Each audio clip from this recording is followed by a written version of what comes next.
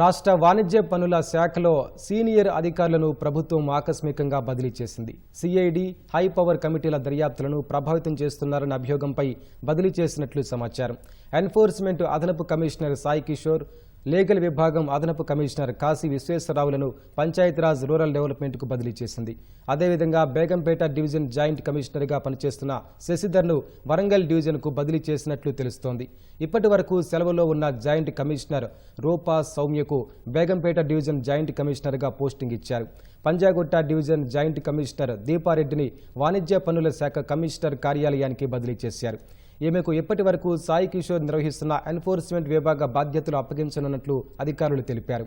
Nizamabad division joint కమిషనర్గా పనిచేస్తున్న ఏడుకొండలను హైదరాబాద్ పంజాగుట్ట డివిజన్కు బదిలీ చేసింది. సంగారెడ్డి డిప్యూటీ కమిషనర్గా పనిచేస్తున్న రమేష్ను నిజామాబాద్ ఇన్ఛార్జ్ జాయింట్ కమిషనర్గా నియమించినట్లు తెలుస్తోంది.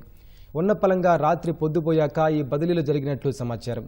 నిన్న అర్ధరాత్రి తీసుకున్న నిర్ణయం కావడంతో ప్రభుత్వ ఉత్తర్వులు ఇంకా బయటకు రావాల్సి ఉందని అధికారులు తెలిపారు.